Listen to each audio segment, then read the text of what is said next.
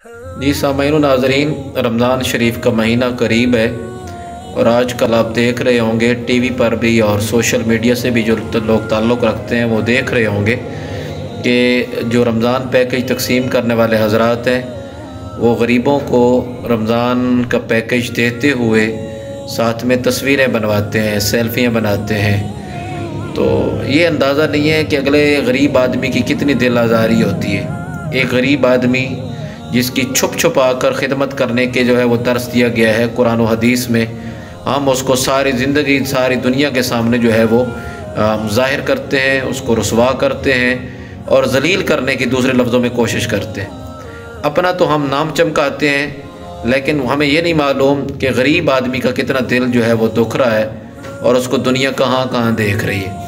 इसलिए उन हज़रात से गुजारिश है जो रमज़ान पैकेज तकसीम कर रहे हैं वो सवाब कमाने में गुनाह मत कमाएँ। जज़ाकल्लाह।